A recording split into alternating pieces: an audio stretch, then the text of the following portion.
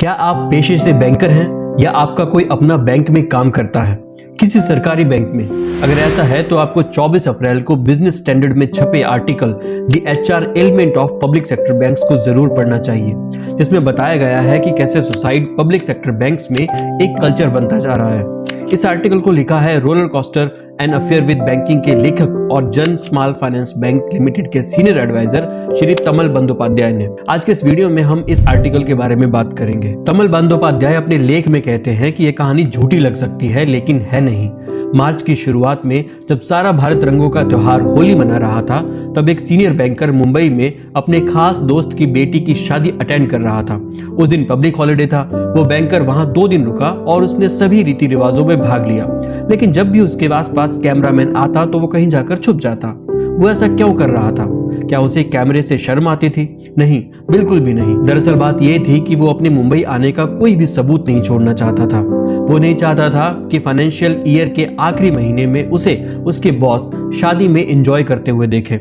उसे देखकर उसके बॉसेस को बिल्कुल भी ऐसा नहीं लगना चाहिए कि उसने बैंक के प्रति अपने कर्तव्यों को त्याग दिया है। और ऐसा तब था जब 2 दिन में से एक तो पब्लिक हॉलिडे था। इस डर का कारण क्या था? पिछले मार्च को उसने अपने एक सहकर्मी को एनुअल क्लोजिंग यानी कि मार्च के महीने में एक दिन ना आने पर डांट खाते हुए देखा और बेइज्जत होते हुए देखा। और वो तो इसलिए नहीं आया था क्योंकि उसे सच में बुखार था, और ये भाई साहब बिना बुखार के मार्च में झूठी छुट्टी लेकर दोस्त के यहाँ शादी अटेंड कर रहे थे। तो डर तो लगना ही था। एक और कहानी जो हिंदुस्तान टाइम्स में छपी थी, गोरेगांव के एक प्राइवेट कंपनी के एमडी को गिरफ्तार कर लिया था।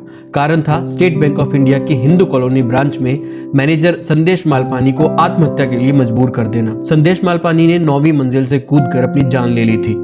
किस्सा ऐसा था कि एमडी ने आईसीआईसीआई बैंक से लगभग 8 करोड़ का लोन ले रखा था, जिसे उसने एसबीआई में ट्रांसफर करने की एप्लीकेशन हिंदू कॉलोनी ब्रांच में दी। लोन टेक ओवर करने के लिए जो भी प्री सैंक्शन गाइडलाइंस होती हैं उन्हें फॉलो किया गया और लोन टेक ओवर की एप्लीकेशन मंजूर हो गई, इस शर्त पर कि कंपनी अपनी 2 प्रॉपर्टीज को बैंक के पास गिरवी रखेगी और उसके सारे कागज बैंक में जमा करवाएगी। पर उन्होंने ऐसा नहीं किया। जब भी कोई बड़ा लोन बैंक के पास आता है तो बैंक कर्मी पर यह दबाव रहता है कि इसे जल्दी से सैंक्शन करवाकर लोन अमाउंट को रिलीज करना है ताकि टारगेट्स पूरे हो सके। इस केस में भी ऐसा ही हुआ। एमडी ने एसबीआई से लोन अमाउंट तो रिलीज करवा लिया, लेकिन प्रॉपर्टीज के पेपर्स बैंक में जमा नहीं करवाए, और इसके लिए संदेश मालपानी के सीनियर्स ने उसे दोषी ठहराया। संदेश पर दबाव बनाया गया, और दबाव होना भी था। 8 करोड़ रुपए वो कहां से लाता? उसको इतना परेशान किया गया कि उसने एक सुसाइड नोट लिखकर अपनी जान ले ली। अपने सुसाइड नोट में उसने उन 3 बैंक कर्मियों के नाम भी लिखे जिन्होंने उसके साथ इस लोन को प्रोसेस किया था। ऐसी ही एक और वारदात जनवरी में हुई, जब असम में सिलचर पुलिस ने एसबीआई के चीफ मैनेजर को अरेस्ट कर लिया। आरोप था काबूगंज ब्रांच के कुलदीप दास गुप्ता को रिश्वत ना देने पर ऑडिट में फंसाने का। कुलदीप ने अपनी ब्रांच में चल रहे भ्रष्टाचार को बंद करवाया था। उसकी ब्रांच का ही chief manager Shibu agriculture loan करने के लिए किसानों से घूस खाता था। इंटरनल ऑडिट से पहले कुलदीप को पता चला कि लोन की कई फाइलें ब्रांच में ही नहीं है। उसे शिबू पर ही शक था। जब Yogendra Pandey chief manager audit Kuldeep की ब्रांच में आया तो उसने इसके लिए कुलदीप को फंसाने की धमकी दी और बदले में कुलदीप से आईफोन मांगा, गुवाहाटी में होने वाले भारत लंका के मैच की टिकट्स मांगी, यहां तक कि अपने परिवार के लिए दवाइयां तक कुलदीप से खरीदने को कहा। कुलदीप को मानसिक तौर पर इतना ज्यादा परेशान किया गया कि उसने ब्रांच में ही पंखे से लटक कर खुद की जान ले ली। ये सुनने में अजीब लगेगा, पर पब्लिक सेक्टर बैंक्स में हम जितनी ज्यादा सुसाइड की खबरें सुन रहे हैं वो लगभग बैंक की नौकरी छोड़ने वालों के बराबर ही है। जबकि प्राइवेट बैंक्स के कंपैरिजन में देखें तो पीएसयू बैंकर्स के पास ज्यादा अच्छी सैलरी है, स्टाफ वेलफेयर स्कीम्स हैं और जॉब सिक्योरिटी भी है। पर जो working culture public sector banks में है वो प्राइवेट सेक्टर बैंक्स की तुलना में अब कहीं ज्यादा जहरीला है। सरकारी बैंकों में काम बढ़ता जा रहा है और काम करने वाले कम होते जा रहे हैं।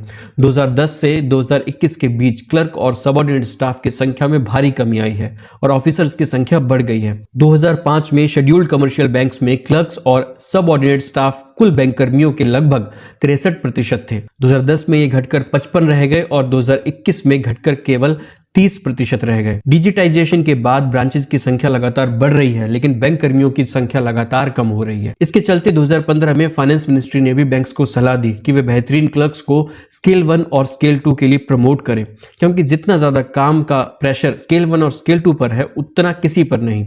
और सबसे ज्यादा सुसाइड और नौकरी छोड़ने के केसेस भी इन्हीं के हैं। डिजिटाइजेशन के बूम के बाद फिनटेक और टेकफिन्स जैसी कंपनीज में भी बैंक कर्मचारियों की डिमांड बहुत ज्यादा हो गई है, जिससे हर दिन कोई ना कोई बैंक कर्मी सरकारी नौकरी छोड़कर प्राइवेट आईटी कंपनी में जा रहे हैं और कुछ तो अपना ही स्टार्टअप शुरू कर रहे हैं। पब्लिक सेक्टर बैंक्स की समस्या बहुत ही निराली है। यहाँ शॉर्ट टर्म टारगेट्स दिए जाते हैं जिनके पूरे ना होने पर एम्प्लॉय को बहुत ही गंदे तरीके से बेइज्जत किया जाता है। कोर बैंकिंग को छोड़कर क्रॉस सेलिंग पर ज्यादा जोर दिया जाता है। ऐसा माहौल बनाया जाता है कि आप एक भी दिन की छुट्टी नहीं ले सकते।